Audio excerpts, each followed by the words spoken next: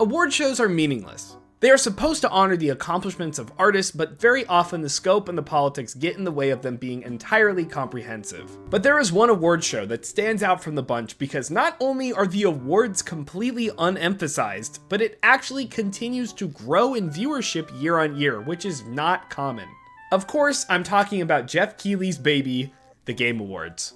But this video is not about breaking down the Game Awards as a whole. I want to talk about a very common talking point and the butt of many jokes in our community: Overwatch's Game of the Year win. I have seen this brought up so often, with many takes about why old Overwatch was better, trying to prove why Overwatch was the eventual winner of the award. But I think we are really off the mark with why this game, or any game really, actually wins Game of the Year. Before we go into the weeds of this whole thing, do remember, they don't matter. That's the whole point of this intro. Using the Game of the Year win as evidence that Overwatch used to be a better game is just kind of worthless. I'm going to talk about what actually caused it to happen, but at the end of the day, award shows are arbitrary and don't show the whole story, so I don't think it's a strong basis for an argument. So with that out of the way, let's talk about these awards and why nobody seems to understand them. I'm a maniac, and I love award show predictions because it's basically a game of pattern seeking and educated guessing. I'm an insane Academy Awards head through all the thick and thin of it, and it also gets me to watch a lot of stuff that I may not have without it, and I think that's always a good thing. Looking back in the past, trying to figure out what's been nominated and won before is such a fun puzzle to figure out. On top of the personal connection you make with the things in the award show, I think it's just such a fun time.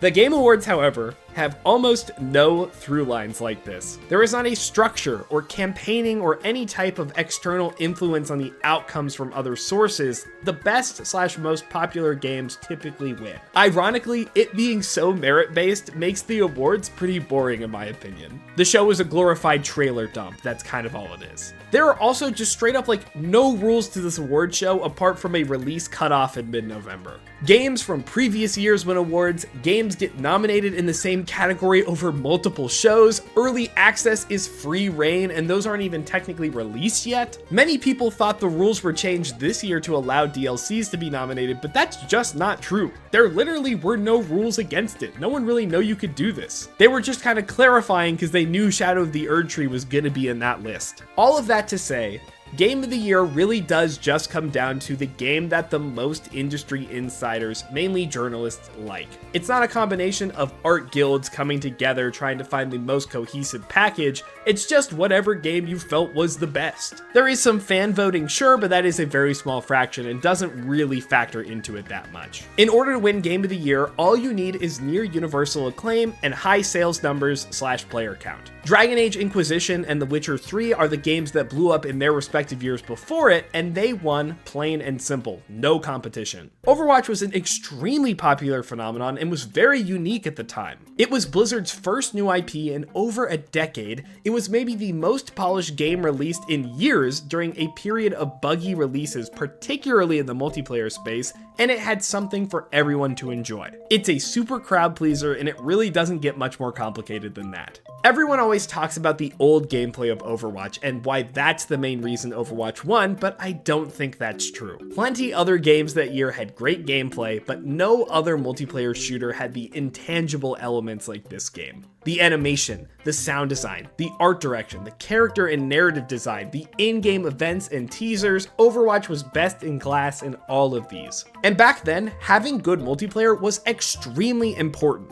In fact, 4 of the 5 nominees that year had online multiplayer in some capacity, and Overwatch was the only one that went above and beyond outside of just the gameplay, particularly in the multiplayer space. I can't really stress how important it was back then for games to be well-rounded and have both single-player and multiplayer modes. IGN infamously gave Doom 2016 a 7.1, citing the multiplayer as being underwhelming. No one today would ever complain about that, because who cares? The actual game is sick, but it was a different landscape. Overwatch was unique as it was a multiplayer-only game that solely focused on the polish and shine to make the core experience the best possible, and that made it stand out. And since it was multiplayer only, it was a budget title on PC, and I think that matters a lot too. Even if multiplayer only rubbed you the wrong way, having Blizzard and their resources behind it could absolutely sway you to at least try it. And that brings me to the cultural aspect behind it, because popularity matters for the win. Overwatch in its lifetime has sold 50 million plus units.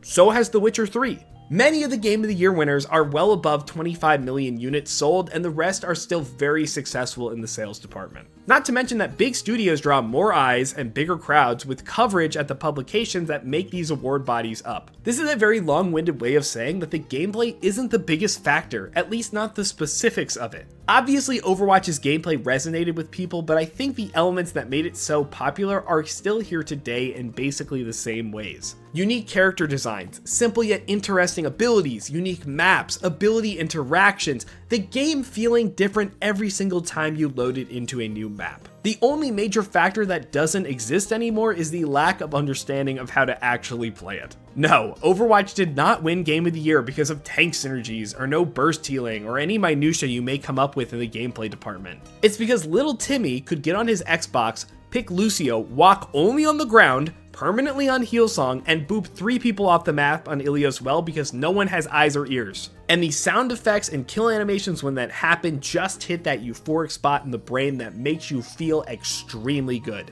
That game feels amazing when you don't know how to play it. And that was the vast majority of the experience for people playing this game in that time. I firmly believe that if Overwatch came out in the gameplay state that it is right now, back in 2016 without all the knowledge and experience of the better part of a decade, it would hit just the same for a vast majority of players. Overwatch was, and I believe will always be, the only competitive multiplayer exclusive game to ever win the award because the expectations for these games are completely different now, and the enjoyment from them is a much more acquired taste. Overwatch back then wasn't even close to being perceived as a highly skilled competitive multiplayer shooter, and there were hardly any games that actually were, unlike now. Again, the environment was just completely different. Looking back on the nominees that year, I think that all 4 of the other games are much more well-rounded packages, and all of them or their sequels are my favorite games of all time. They've all aged better, and I'd give Game of the Year to any one of them over Overwatch. But even in 2016, when Overwatch was my favorite game of all time,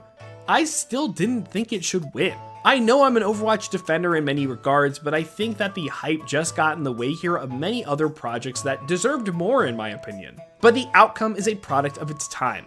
Again, it's been almost a decade. The gaming landscape is different now. Fortnite hasn't fundamentally changed multiplayer games forever yet. Also, don't forget that the dev team, Jeff Kaplan in particular, was very charming. So many Game of the Year winners have a game director that is a recognizable, charismatic figure. Miyazaki, Barlog, Druckmann, Fares, Aonuma all play the industry very well, and that's a very underrated element of who wins in my opinion. Overwatch was on top of the world, in the right place at the right time, and it rode the wave. That's it. It never was the best game there, but I don't think its win was fraudulent in any way. So the next time you're thinking about the Game Awards and how this ever could happen, do remember, everything was different back then. Overwatch was a unique experience and a complete game changer at the time. As much as I love all the other games, no other game than Overwatch had the influence over the industry that Overwatch had, and we are still feeling it today. So maybe in that regard, they were completely on the money giving Overwatch the Game of the Year. It's not always the best game,